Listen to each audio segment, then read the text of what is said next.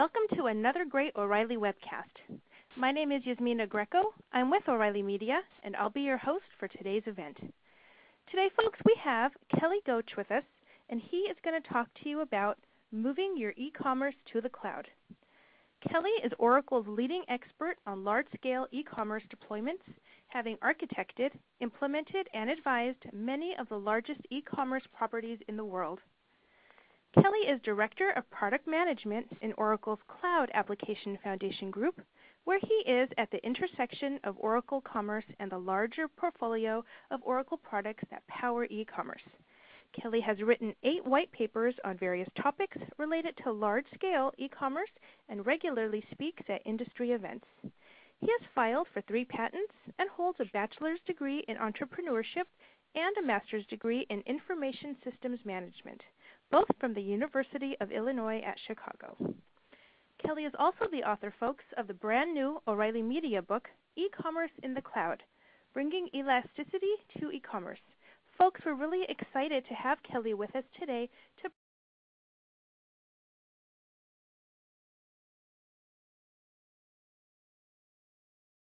present this webcast for you all.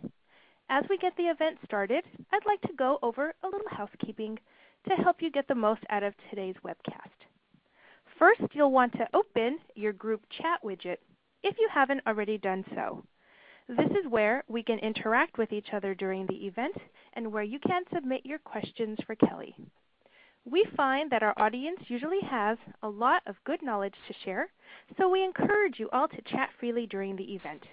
However, if you have questions for Kelly, please preface them with a capital letter Q so we know that they're for him and we can make sure we see it for Q&A. You can also open, move, and resize any of the other widgets.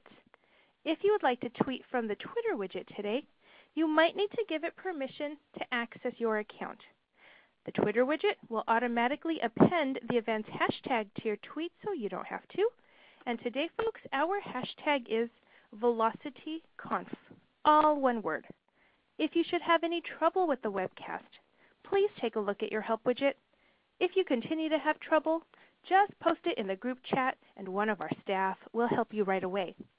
If you have choppy audio or stalled visuals, please try refreshing your window.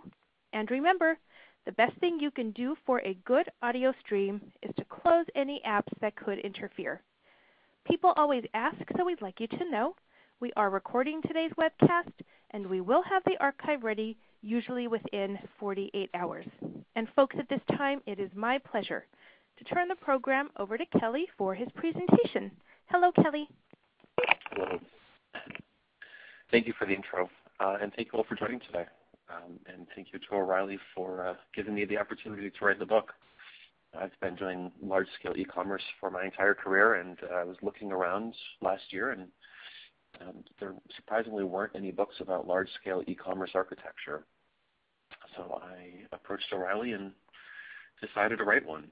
And I think the contents of this book will ring true to many who have been practitioners in large-scale e-commerce space.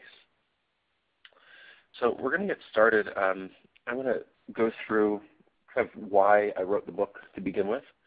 And then after that, I have 12 chapters in the book, and I'm just going to spend 2 or 3 slides in each chapter.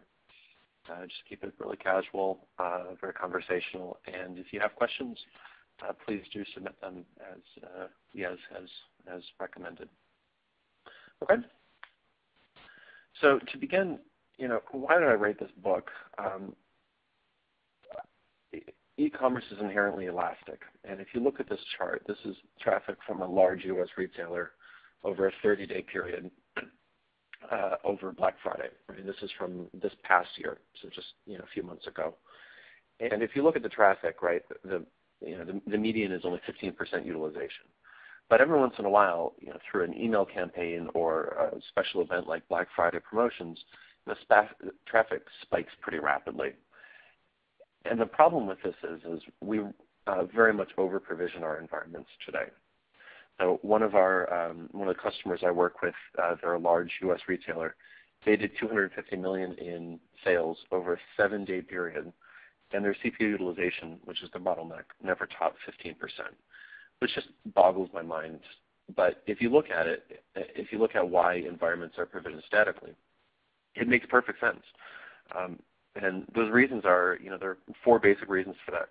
First, people are incentivized to keep this platform up.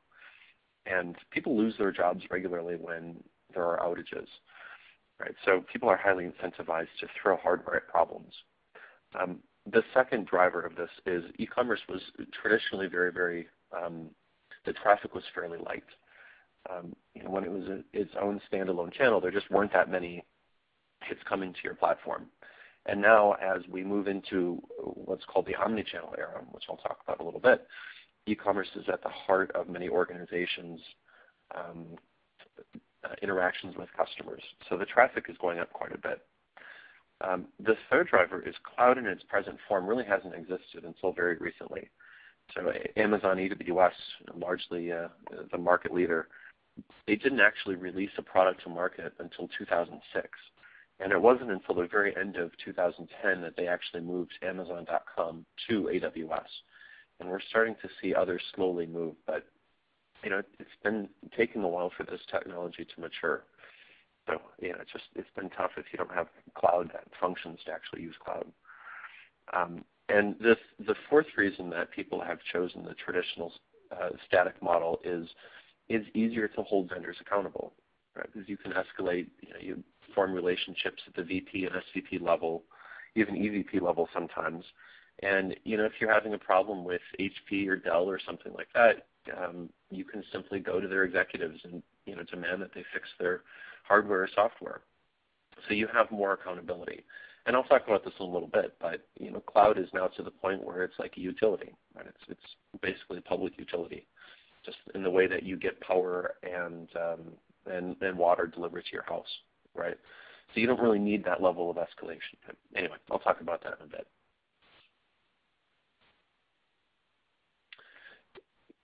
And the problem with statically building out hardware, and I'll illustrate this here with this chart, is the number of servers just increases exponentially almost. So if you look, going back to this previous slide here, right, this is the Black Friday peak is your max annual peak, let's say. And of course this may vary regionally, but let's say this is your 100% peak. Now if you go to, if that requires 50 servers, people pad their environments quite substantially. So, typically you'd add 250 servers if you only needed 50 servers to actually serve your production load. And again, that's because people don't want to get fired if they under-provision. Then once you have one production environment, you double that again for a clone. And it's either active-passive, right, which is your DR environment, or it's active-active. And this is done, again, because people don't want to get fired. So they just double their environments, with each environment being able to support 100% of the capacity. And then once you have that environment, you have staging environments. So many staging environments are 50% of actual production peak. Right? And you add another 25 servers for 3 environments. And then there are QA environments. And then there are development environments. And many out there have dozens and dozens of environments. So going back to this example, if you need 50 servers for your actual production peak, by the time you're done, you actually need 629 servers. And of those 629 servers, just a handful are actually used at steady state, right? It's less than 1%. At peak, it's only 8%.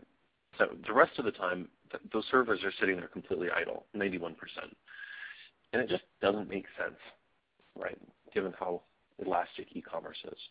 And this is what cloud fixes, right? You can provision on demand as much as you want, whenever you want. If you need to build a staging environment because you're doing a release into staging and you want to test it, you should be able to go out, provision your servers for a couple hours, run the tests you need to run, and then deprovision them, paying only a couple cents an hour. Right? It makes a lot of sense. And that's basically what the book is about, is how you do that. All right, so next is the global rise of e-commerce. This is the more business-focused chapter in the book, and it talks primarily about the drivers that are influencing e-commerce and why cloud makes a lot of sense for e-commerce. So, fundamentally, there's a lot more traffic being driven to these platforms, and we started with omnichannel retailing, and I'll talk about this more in a minute. But What this means is rather than having separate, fully isolated channels, right? If you look at this graph at the bottom here, you can see over time, 5,000 BCE, right? We started with the physical stores. We've had physical stores forever, right? And then we added call center, and then we added kiosk, and then we added the web channel, and then we added chat and mobile and social. So we keep adding all these channels together. And omnichannel retailing is fusing all of the channels together so that you have one single system of record, right? One basic platform with different user interfaces on top of those platforms. So for example, your call center will see the same order that your website is seeing. And your mobile application sees the same order that your kiosk is seeing, for example. Right? And that's fundamentally what omnichannel retailing is. And that's increasing driving a lot of traffic to the platform. Next driver is increasing use of technology. A lot more people are being connected to the internet. There are now more smartphones in the world than there are toilets. Interesting fact. But there are smartphones everywhere, and each one of those smartphones is capable of browsing the internet and allowing you to buy online. And we never had that before. There are also a lot of advantages to just e-commerce. My wife happens to be an avid Amazon shopper, and she shops from bed all the time before bed. So it's really easy for her to spend a lot of money very, very quickly without having to leave home, without having to put the kids in the car, drive across town, fight through the lines. Right? It's painful to shop in physical stores. And when you have in Amazon Prime, for example, you have free shipping. It makes it really easy to go buy stuff. And there are also perceived price advantages. And usually there are real price advantages, but a lot of it's perception as well. It depends on what you buy, but oftentimes prices are lower. And then finally, there are technological advances in the e-commerce platforms themselves. The cross-sells are better, upsells are better. Many e-commerce platforms have product information management systems. The sites are more pretty. They're easier to look at. They're easier to navigate. Just generally the technology behind e-commerce has improved quite a bit, and that has driven up the use of e-commerce. And I was talking about traditional retailing. This is how you used to make purchases not too long ago. You'd walk into a physical store. Say you're looking for a new TV. Right? You walk into a physical store. You look at the TVs on display. You evaluate. You purchase the TV. You throw it in the back of your car, and you drive home. And if you ever have a problem with that TV, you used to just bring it back to that physical store. And that model of retailing has worked for a long time, but now this is what we have. Right?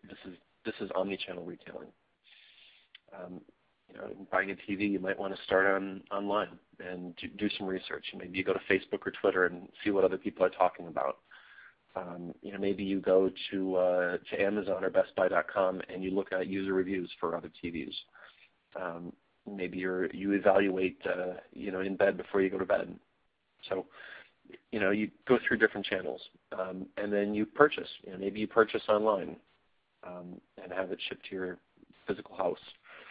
Maybe you pick it up in a physical store. And then services can be from anywhere. Maybe you call into a call center, and they ship you some new firmware to install on the TV, for example.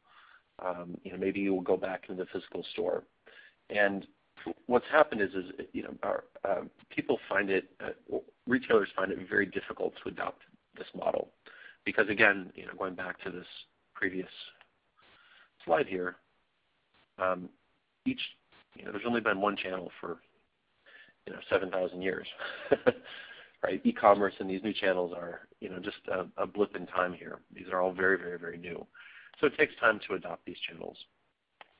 And what you often see is each channel added is just its own silo with some integration technology kind of fusing all the channels together. The end result of this is that organizations that do true omnichannel retailing will end up creating a whole bunch of different UIs off of a single platform. So they'll have a single logical database. They'll have a single services-based platform. They'll have a single application tier. single logical application tier. And then they feed these different channels off of that tier. So, you have a web interface, you have a mobile interface, you use social media. All of that stuff gets powered from one back-end system, right? And that back-end system looks something like this, right? You have a database, core platform services, and the UIs then become more disposable. So if you want, if your UI team, wants to adopt AngularJS or, whatever the fad of the month is, not implying that that's a fad, but with all these new UI technologies, they come and go pretty quickly. You can simply publish your APIs for transacting with your e-commerce platform. You can just publish those APIs out to a UI firm or to a UI group within your organization and say, all right, go build us a new UI. And that way they're all interacting with the same database. And customers like this model because then they get to interact with they see the same product assortment, they see the same order, they see the same profile, and there's no real integration because they're all interacting with the same platform.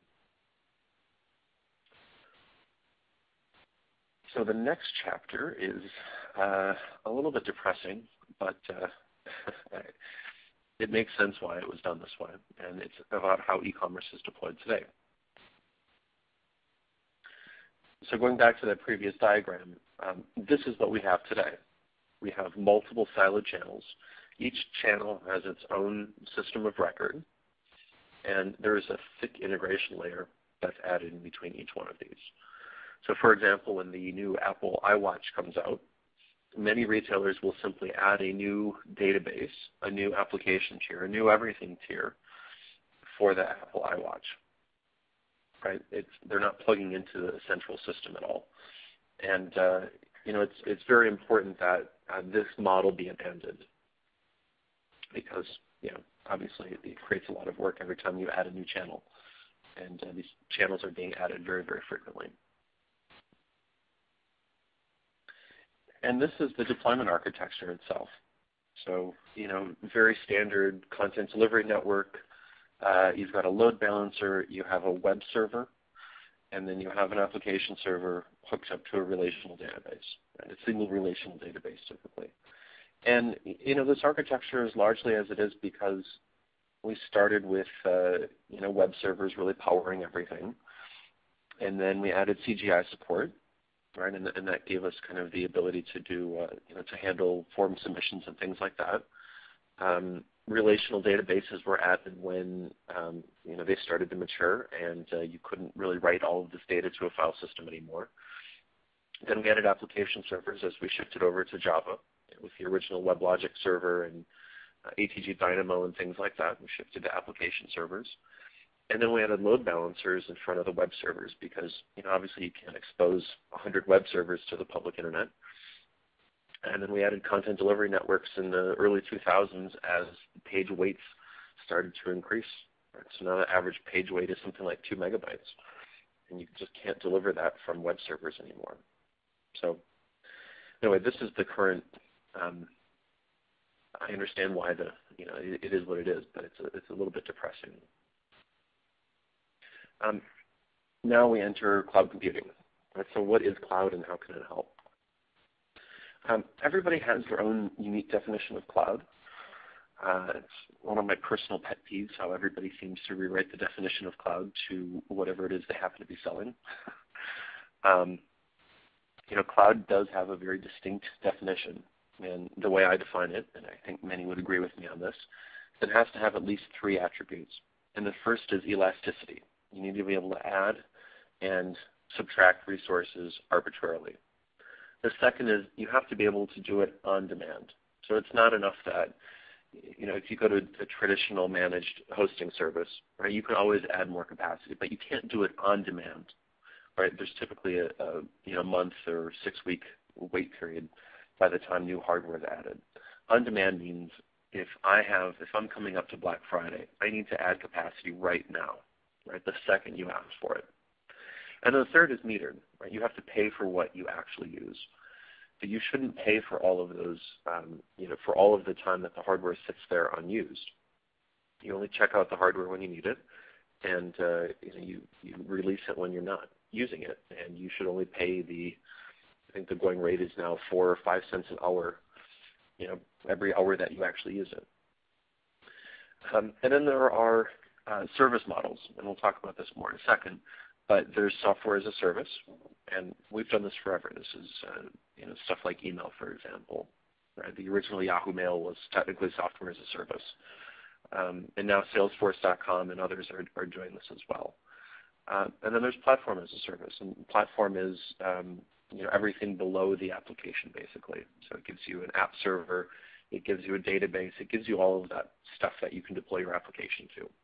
And then finally, there's infrastructure as a service, which just provides a basic, it provides hardware, network, internet connectivity, just basic things, and you install an OS on top of it, and with whatever you want on top of that OS. And then there are 3 deployment models. So private is within a data center, which is private to you as an organization. And there's hybrid, and hybrid is half in or half out of your data center. And then finally there's public, and public is as it sounds. Anybody can consume it. It's very much like a public utility. And the area of focus in this book is really infrastructure as a service and public. Right? Those two, kind of the intersection of those two. Although the book does talk a lot about hybrid as well. But, just to be clear, the focus of this book is not e-commerce software as a service. Demandware and all of those kinds of companies play in that space. But the real large enterprises do want to have on-premises software. They just don't necessarily want to have all the hardware devoted to it. So this book kind of matches the two together, where you can deploy real on-premises software to a public cloud. And this is the service model. So if we go from left to right, the further right you go, the vendor adds cost and value and makes it easier for you to do what you need to do. The problem is as you move from left to right, you reduce flexibility inherently. Right? So if your PaaS, maybe your PaaS vendor doesn't support the application server that you need, right? Obviously that's a problem. So the further right you go, the better, but at the same time you lose some flexibility. The gray boxes here are what you manage as you move from left to right. So in traditional IT, you own the entire stack. Infrastructure as a service, it's the operating system up. Platform as a service, it's the application. I think what's important to note, though, is many organizations are moving away from traditional IT, and they're moving towards cloud, or they're moving towards converged infrastructure. And converged infrastructure is, think of it as building blocks for a data center with everything pre-assembled, pre-packaged, pre-everything. But I think there's a very strong realization out there that it doesn't make sense for retailers to be dealing with storage and tuning Linux kernels, for example. It just doesn't make sense to do that. So moving higher up the value chain makes a whole lot of sense, and cloud is one of the ways that you can do that. So Chapter 4, Auto-Scaling. This is one of the key chapters of the book, and the goal with auto-scaling is to match the actual hardware needed fairly closely to the available hardware. And if you over-provision, it's wasted money. And if you look at the very top of this, right, this is what we do today. Right? We over-provision by orders of magnitude across all environments, and you just waste a lot of money and time, and it's challenging and all that stuff, right? If you don't provision enough, you have an outage, which obviously is very bad. What's best is if you can have a good optimal ratio. So if you can provision new hardware in response to real-time traffic, right? So if you're starting to see high utilization, say you're at 65% utilization, you should have a trigger that goes in and provisions more capacity so that utilization drops below 50% or whatever it is. But I think the key is it should happen automatically. And generally, this is how you do it. I wish the UIs were this simple with cloud vendors, but they're not. But basically, you can go in and you can set up scale up and scale down policies. And you can say when the CPU of servers in this group might be your application server, is greater than, say, 50% for 3 measurements in a row, And they typically do measurements every minute, but you can obviously configure that. You can take the following actions, and the actions might be you want to add 3 more servers and send a text message to an administrator, right? And you can typically string the take actions together. So you can say, I want to add more database capacity, I want to add more application server capacity, and I want to add more load balancing capacity. You can do that if you want to as well. So you can have multiple actions. And then scale down policy is just the reverse, right? When you don't need the hardware anymore, it should release it. And that way you only pay for what you use.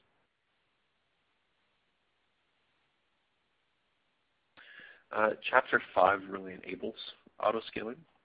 So you have to install software and really provision hardware. And what this means is when you have a new server that you've provisioned, you have to get your stuff running on that server. And what I call the stuff on the server is I call it a deployment unit. And what that includes is the stuff in the middle here, right? It's a virtual machine image. It's binary, right? So your basic software binaries, any type of configuration that's unique to you. Right? So for example, your JVM arguments, and then any type of metadata that you need to run as well. And many e-commerce platforms have lots and lots of metadata. So you have to package that stuff all up so that after you provision something, that you can make it productive and actually deploy it into production and make it useful. Because it doesn't, auto-scaling doesn't work if you can deploy hardware, but then you have to have an administrator go and configure it. Right? This should all happen automatically. So there are 3 basic approaches for this. The first is you can take an image, you can take a snapshot of it, basically. And what that is it's an OVF or AMI, for example, with Amazon Machine Image, but basically a disk-level copy of the entire server. And you can just rehydrate that pretty quickly. The second approach is to take an archive, and what that means is you can set up a Linux directory, and you can install and configure and put all of your configuration settings under one directory, and it might be /opt/your app, right? And all of that stuff underneath that tree is what is required to run your application. And then you can just you can tarb all that up, and you can deploy that on a new server, untar it, and you should be good to go. The third and most comprehensive approach, and this is what I really recommend, is to use something like Puppet or Chef. And Puppet and Chef are configuration management tools. And what they do is you install a very basic plugin, you call it an agent almost, on a virtual machine image.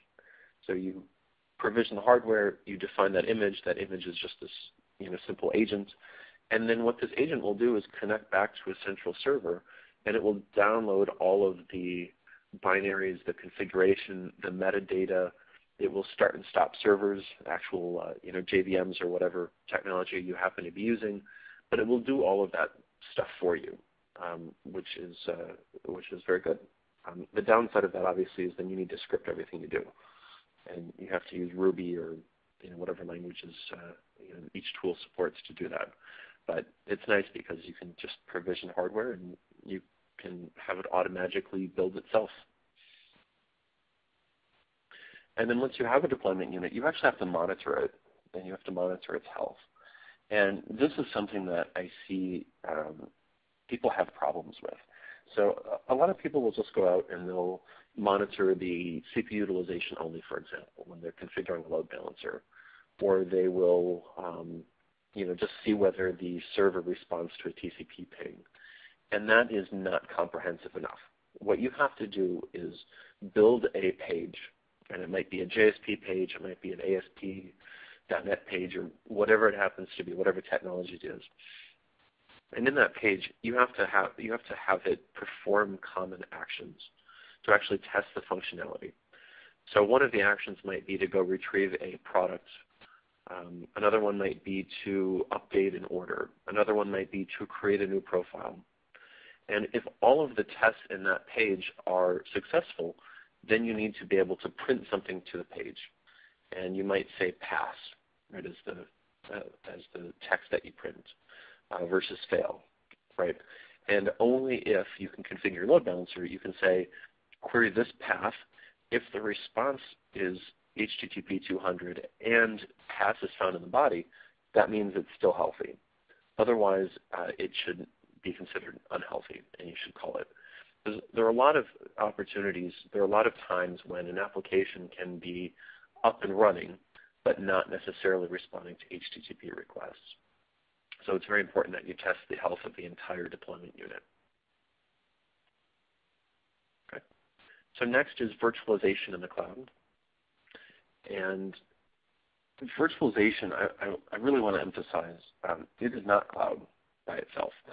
It can partially enable cloud, but it's not really cloud by itself. What virtualization enables is partitioning. It enables isolation, right? So you can maintain isolation between your partitions. Portability, and the fact that you can take snapshots and move snapshots around. And also workload shifting, so you can, if you're upgrading a box, for example, and you need the VMs moved, you can shift the workload on each box to another box that is healthy, for example. But I really want to be clear that it is not virtualization by itself. And there are three basic forms of virtualization. There's the full virtualization we all know and generally dislike. And what that is every interaction with the physical hardware goes through the hypervisor. So every time you need to access the CPU or the memory or the NIC, it all goes through the hypervisor. And the problem with that is obviously going through the hypervisor creates a lot of big performance overhead. And especially with web-based applications like e-commerce, you can't tolerate that, especially the latency that introduces to network. So it used to be back in the day that it would add a 50 or 100% overhead to whatever you were doing. Right? It's crazy. You just can't do that. Although going forward, Intel and AMD have also implemented physical hardware acceleration into their chipset, so you can actually use full virtualization. And it's much better now than it used to be, but it's still not great. The next approach is para-virtualization, and this is what the big cloud vendors all support. And para-virtualization is kind of a hybrid between full virtualization and OS virtualization. It's a fairly lightweight hypervisor, and you have to modify the OS for this to work properly. And Linux is all fully enabled. Para-virtualization fully works with Linux. But basically your kernel is modified and kind of at that deep level within the kernel itself, it actually allows you to bypass the hypervisor for a lot of stuff. And this is what Amazon and the others all support. This is their default mode, is para-virtualization. And then finally, there's OS-level virtualization, which is really gaining steam these days. And that is, if you think of like Linux C groups, for example, and Docker, which is written on top of that, right? Docker has just completely taken off in the past year, and that's fully OS-level virtualization. More traditionally, Solaris zones, for example, were OS-level virtualization. But the advantage of that is you still maintain a lot of isolation, but you can share your resources. Right? You have very lightweight virtualization. It's very, very, very fast. Chapter 7, Content Delivery Networks, the unsung heroes of e-commerce. So, looking at this chart here on the left, for every page view you do, you make, generally speaking, one HTTP request back to your origin server, and your origin is your application. So think of that as your traditional data center or your application sitting out in the cloud somewhere.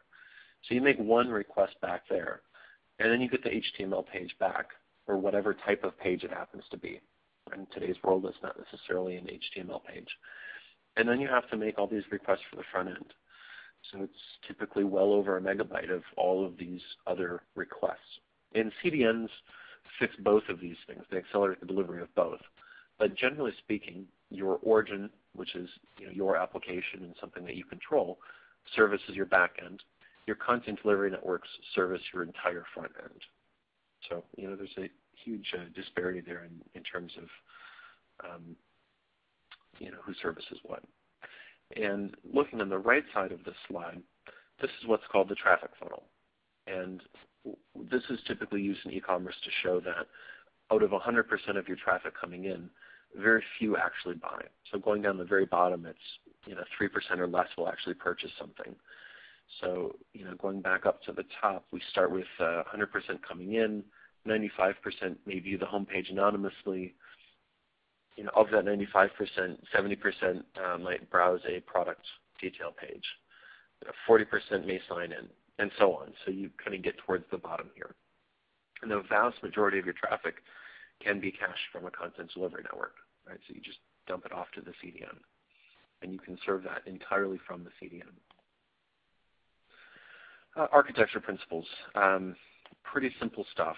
So first, here's what scalability is, and scalability refers to every unit of input equaling the same unit of output at any given level. So if your system is truly scalable, every server you add, say, can give you 1,000 page views per second. Let's just make up a number, and it's every physical server. If the first server you add is giving you 1,000 page views per second, and the 10,000th server you add is also giving you 1,000 page views per second, your system is perfectly scalable, and that's what you want.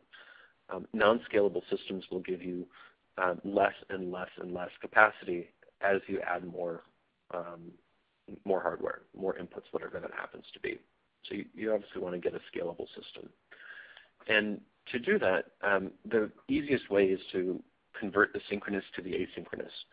So look through your environment and find opportunities to have convert synchronous calls to asynchronous calls. And one of the easiest and best ways you can do that is to insert a cache grid in front of your relational database and use your cache grid. So your application server will commit to your cache grid, and then your cache grid itself will figure out how to commit that later back to the database. But your cache grid itself becomes the system of record. And you can co-locate your cache grid servers with your application servers. So the latency is practically zero. And if you do this, you can substantially improve the performance and throughput of your application. It's also very important to cache. I have a customer of ours that caches 96% of their page views to Akamai, for example. Right, it's a full 96% that they don't even touch. So their entire search, their browse, the home pages, the promotion landing pages, all of that stuff gets cached. So that substantially reduces the amount of traffic that you have to handle. Security. This is also a very important chapter. And it's very important to note that possession of data does not imply security. And if you think about it today, e-commerce data from large platforms is already out in the world. Your fraud detection, your payment gateway, your tax calculator, your email gateway. I mean, there are 1,000 different systems that your e-commerce data is in that you don't have control over. So it's not the possession of the data. What matters is it's the control. It's not the physical ownership. It's control.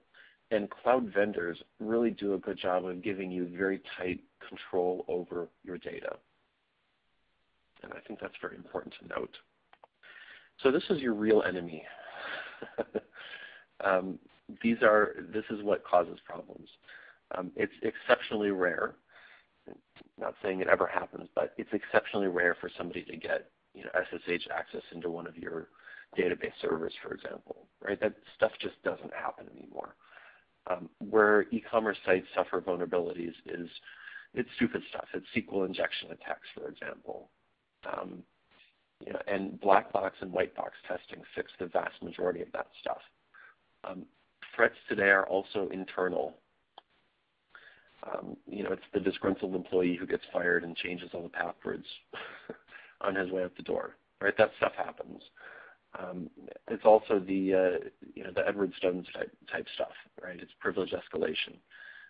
He shouldn't have had access to all of that stuff, but they kept granting it to him because it was easier to grant him access to confidential systems than it was to tell him no. That is what leads to problems. And you fix people by creating process around access to systems. And to do that, you need an information security management system. You need one or more of these. PCI is a good one, but that's very specific to credit card processing. There's ISO 27001, which is part of the famed ISO series of regulations. There's FedRAMP, which is what the U.S. government, it's a certification by the U.S. government for cloud providers. And once a cloud provider is FedRAMP certified, then any U.S. government agency may use them. And the UK has something similar. It's called G-Cloud. But the public cloud vendors are all fully compliant with every single imaginable information security management system. But in addition to them being secure, you have to be secure as well. And then finally, what cloud vendors also do a really good job of is identity and access control.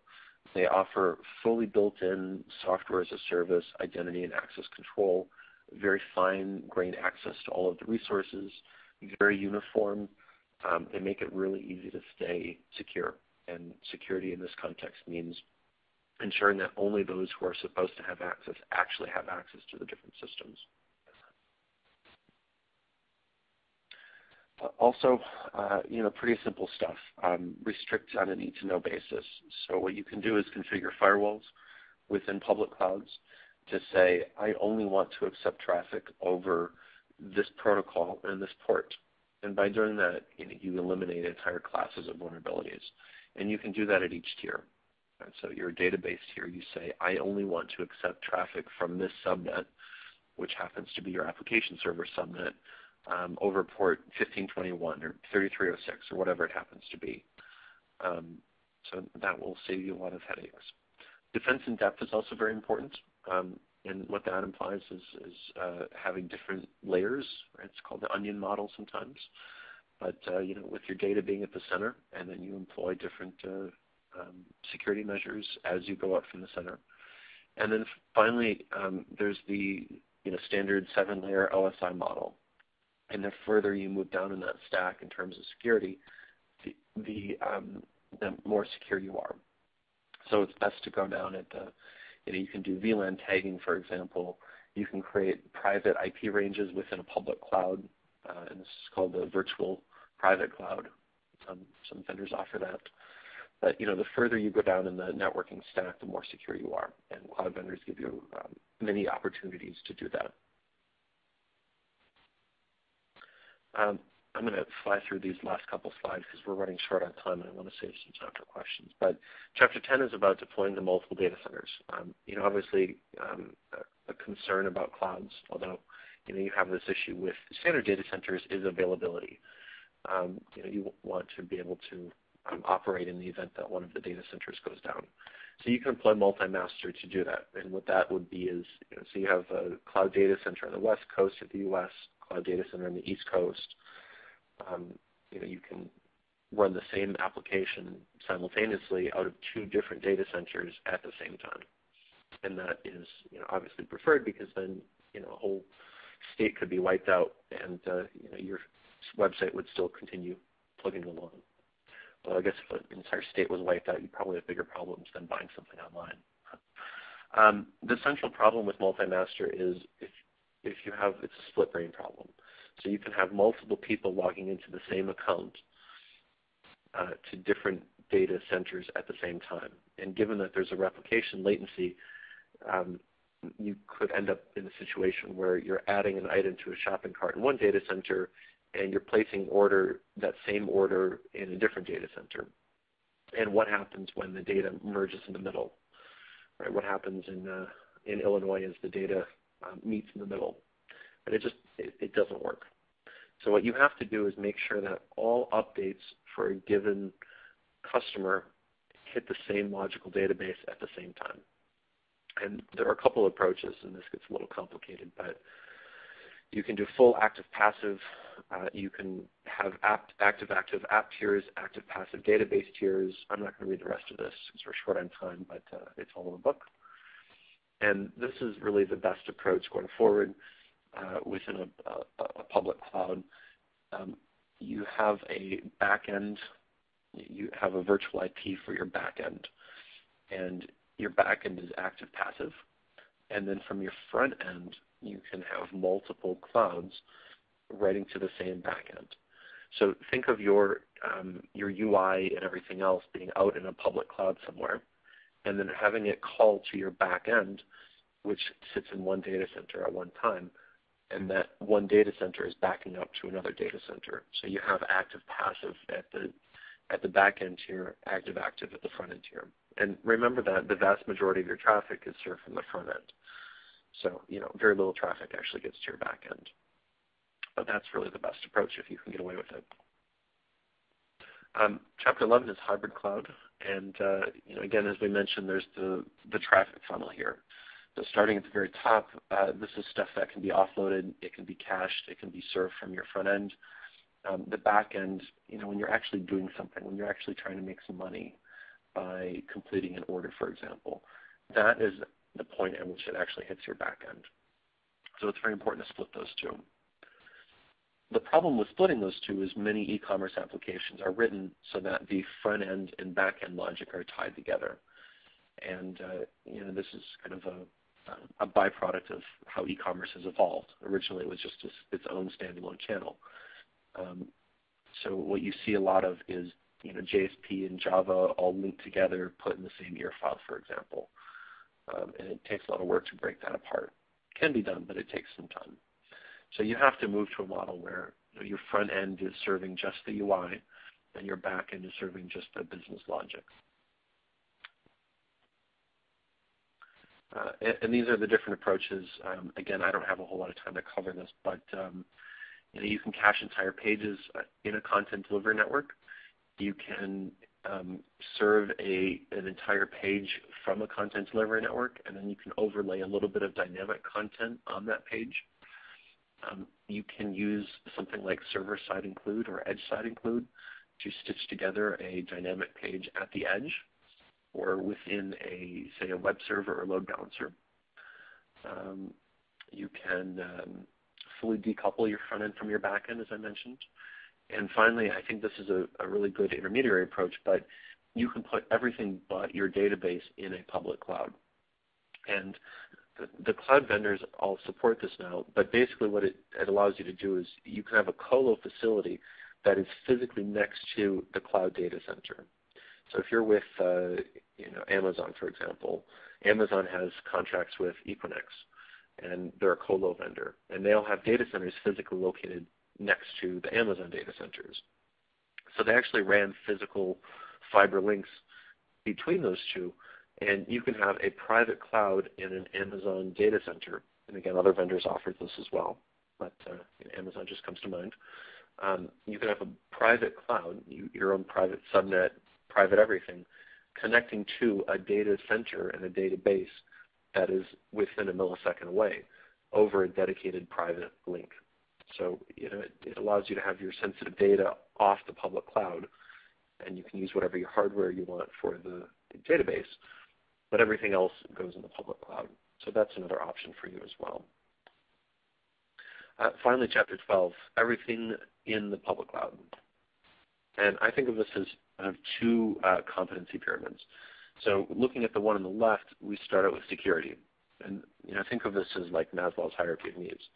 If you start with security, right, obviously you have to be secure, otherwise there's no reason being in business. And then on top of that, you add availability, and then finally it has to be performant, right, and actually has to run fast enough that somebody can use it. And then on top of that, you add some automation so that when you provision new hardware, it will automatically go and provision the software on top of that. And then finally, elasticity, which is auto-scaling. And if we look at elasticity directly, right, so take that top pyramid on the left and break that out, we have serving static content pages from the content delivery network. Then you have to deploy to multiple data centers. Then you have to do client-side dynamic overlay. And again, what that means is taking an entire page, downloading it to the client, and then going back to the origin just to retrieve the little dynamic bits that actually change. Finally, the server-side dynamic overlay. And again, what that is, it's ESI or server-side include, where you stitch together pages dynamically. And then finally, full serving from the cloud, where you just put everything into a public cloud. And it takes a while to move up both of these pyramids, but this is basically what you have to do. Finally, plug for the book. Everything covered in this webcast is fully documented in the book, and I urge you to get yourself a copy. And with that, I'm going to go over to Q&A.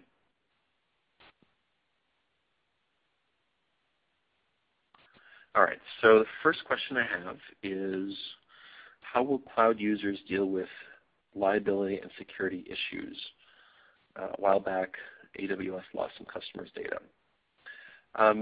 So this is, you have to think of it this way. Think of the status quo, and the status quo is probably worse than a public cloud. Because what this question implies is that people in traditional colo and data centers that you own also don't do things. People will always cause problems. I think that possibilities of problems in a public cloud are less, and I think that's largely because public cloud vendors, even though there have been outages, I think they by and large take availability and security and everything else much more seriously than others. And the reason is it's their job, right? Security is job number one for these vendors. And if they screw it up, their entire business goes down the drain. And Amazon, for example, has a roughly $1.5 billion cloud business these days. And that's double-digit growth quarter over quarter. Everybody's seeing this type of growth. So they can't screw this up. And if they get security wrong, then nobody will ever trust them again. What else? Regarding security, seems like most retailers like Target don't isolate very much. Yes, Target is case in point a security-related lapse. So just to give you all background, what they ended up doing was giving access to the network to an HVAC vendor, somebody who did the heating and cooling system, because those systems need to be monitored from the outside. And it turns out they didn't fully isolate the HVAC system from the eCommerce system. Again, another prime example of how even in your own data center you can do something stupid. But they didn't do that. And to further complicate things, the user that they gave to the HVAC vendor had super user rights, so they could do basically whatever they want. And then to further compound the problem, they did have correct notification systems. They had an intrusion detection system in place. Unfortunately, they weren't monitoring the alerts, so there were thousands and thousands of emails piling up telling them that somebody was in their system, but because of their lack of internal process, I hope nobody from Target is on the call, but because of their lack of internal process, they didn't actually, weren't checking that email. And that's a prime example of how a proper information security management system where it's documented and audited and checked regularly would help with these types of issues.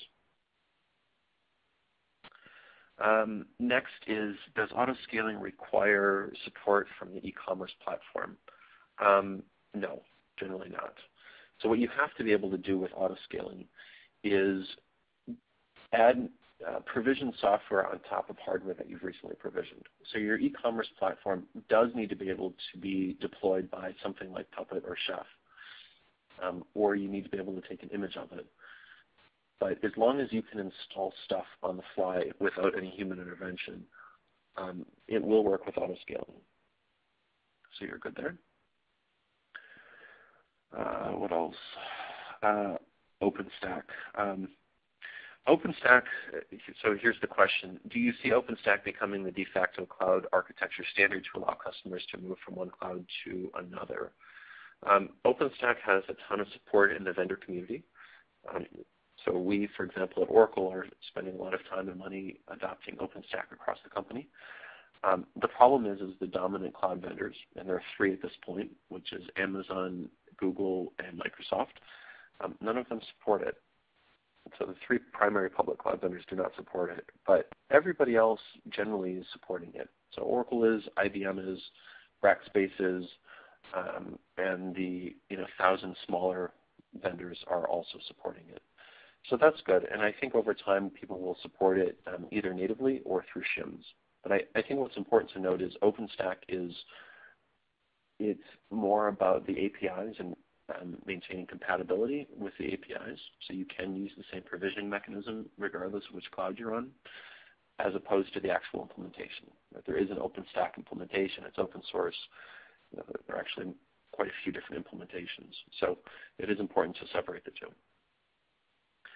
Next is, do all cloud vendors provide auto-scaling?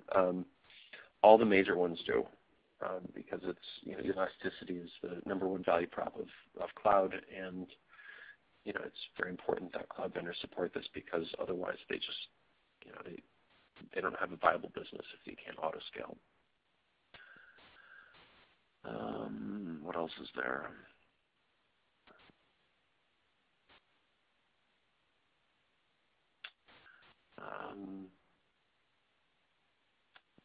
So do you expect e-commerce platform providers or cloud vendors to provide standard solutions to more e-commerce into the cloud? Or is it something that organizations should build themselves?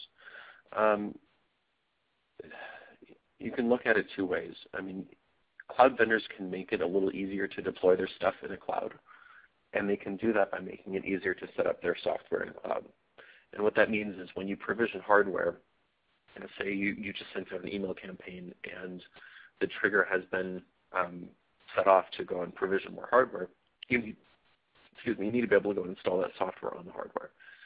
And to do that, your software needs to be very easy to set up. So if it's a big old school ERP system and it takes 3 weeks of manual labor to set it up, obviously that's not going to perform very well in a cloud, and it won't support auto-scaling. But if your application is simply a WAR file or an EAR file or something similar to that, then it becomes really easy to support it. So cloud vendors don't have to support it, but they can make it easier to support it by providing value adds like making it easier to deploy their application. Next is, do you share the vision that soon there will be cloud brokers who are middlemen that make contracts with multiple data center providers for a large amount of compute and storage services and then restorage those services to users, i.e. a cloud Enron? Yeah, but it's going to take a while. And the reason it's going to take a while is because cloud vendors right now are still very rapidly maturing. So subscribe yourselves to the blogs of all the major vendors, and you'll see on a daily basis the stuff that is being released. At some point in the future, let's call it 5 years out, maybe even 10 years, all of the platforms will basically support the same stuff. Right? Think of it very similar to like Linux distributions, where they all will support the same stuff. At that point, it does make sense, but until then, there's still a ton of differentiation between clouds, and therefore you kind of have to pick a single cloud vendor and go with that vendor, and you have to select a vendor based on their ability to, in Gartner's terminology, the ability to execute. So at some point we will see that, but not quite yet. See if we have time. I've got one more minute. Besides retailers, what other types of customers are looking to move to cloud? So we saw first the move to cloud with a lot of research in universities and things like that. And where that helps is, if you need 10,000 servers to do protein folding, for example, right? That's a batch offline type job. It becomes very, very easy to offload that to a cloud. And what we're starting to see is a move towards real-time applications, right? So think of applications that have real customers waiting on the other end. So outside of retail, banking a little bit, although that's going to take longer to move, but there's a lot of processing that happens that can be offloaded anonymously to the public cloud. A lot of telco applications are being moved to the public cloud. A lot of functionality that was once provided by standalone vendors is now being moved to the public cloud. So for example, content delivery networks. Amazon is building a credible competitor to Akamai, and we are seeing people using Akamai or Amazon in place of Akamai, for example. So it has quite broad appeal. All right, with that, 1 minute left. I think I'm going to stop, and thank you all for your questions and participation today. And feel free to drop me an email if you ever need any questions answered or anything. I'm happy to help. Outstanding webcast today, Kelly. Thank you so much for joining us today, giving us your time, and for sharing all your knowledge and expertise. All right. Thank you. folks that attended today's webcast. We thank you for attending and hope you benefited from it. And a big thank you to those of you that sent in your questions, because having your questions really adds so much to our events. So thank you very, very much. On the screen, you can see the code right there that I did push out to you in your group chat, but it's right there in front of you, the code to save you some money on Kelly's book. If you like what he's talked to you about today, there's a lot more in the book that can really help you with your day-to-day. So please take advantage and get the book and save yourself some money. Folks, this will conclude our webcast today. Wishing you all a great day. Bye now.